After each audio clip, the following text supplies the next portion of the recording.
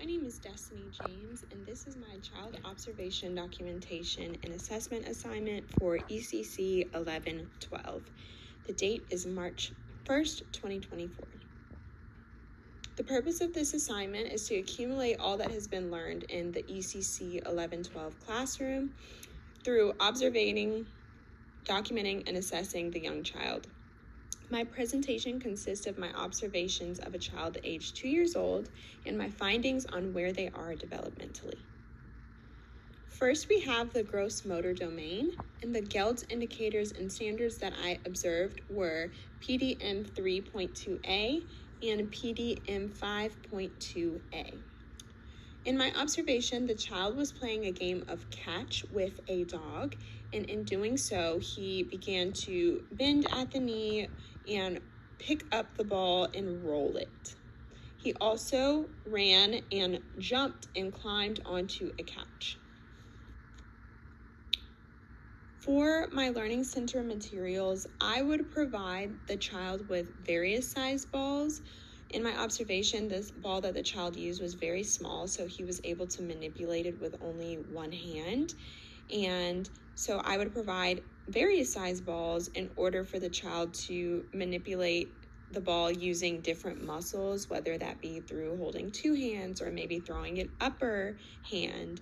And this will enable the child to use different body functions and muscles to manipulate the ball. The second learning material that I'd provide would be using cones and setting up an obstacle course. And my teaching strategy would be to specifically ask the child to perform specific motions or movements that I'm wanting to observe, whether that be to run, jump, crawl, stand on one leg, whatever it is that I'm wanting to observe the child to do. The assessment tool that I used for this observation was a gross motor checklist, and I pulled the developmental milestones for 2-year-olds from two sources, which is the CDC and the Charles Work textbook. And I was able to observe that the child used whole body action. He was able to climb up on things. He was able to lean forward while running, hold things in one hand, run, and even bend down. I was not able, however, to observe the child kicking the ball as he was playing a game of catch. Moving on to fine motor, the GELDS indicators that I observed were PDM 6.2a and PDM 5.2b. In my observation, the child used a magnetic board to manipulate magnet balls and put them in their proper corresponding color boxes, and in doing so, he was able to use his pincer grasp while manipulating them.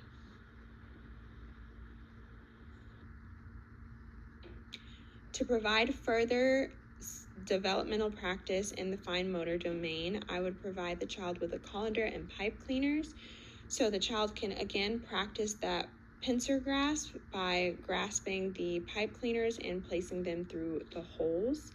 And by doing this, it forces them to coordinate their hands and fingers by having to strategically place the pipe cleaners into the holes. And the second Learning Center material that I would provide would be Play-Doh. Play-Doh is a great way to strengthen the child's muscles and their fingers and hands, and this is important as these muscles will later be used when doing things such as writing. The assessment tool that I used for the fine motor domain was an anecdotal record, and through my assessment, I was able to witness the child manipulate the pen to maneuver the ball in the proper coordinating box, and the child grasped the pen with the pincer grasp. My assessment on this was that the child was able to hold the pen with the pincer grasp, he was able to manipulate the pen and move it where he wanted, and he was able to perform those simple fine motor skills and coordinate his hands and fingers. The next is cognitive domain, and the GELDS standards and indicators here are CDMA 1.2a and CDMA 2.2b.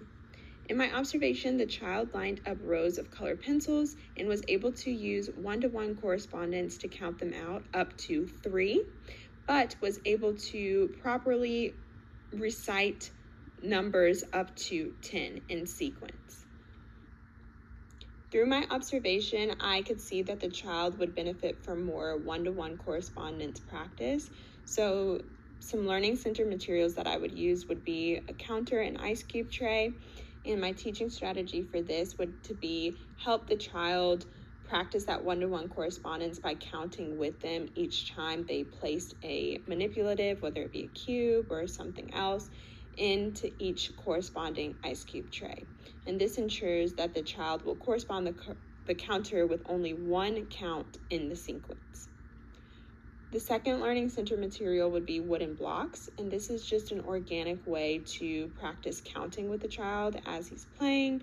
I can support the child's learning by asking questions like, how many blocks do you have? Or I can count along with the child as they stack the blocks. The assessment tool that I used for this domain was, again, an anecdotal record. And in my observation, I was able to assess that the child was able to count up to 10 accurately with the correct order and pronunciation of words. And the child was also able to use one-to-one correspondence for up to 3 numbers when counting the colored pencils.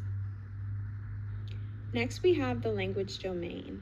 And the GELD's standards and indicator here are CLL 2.2b and CLL 1.2c.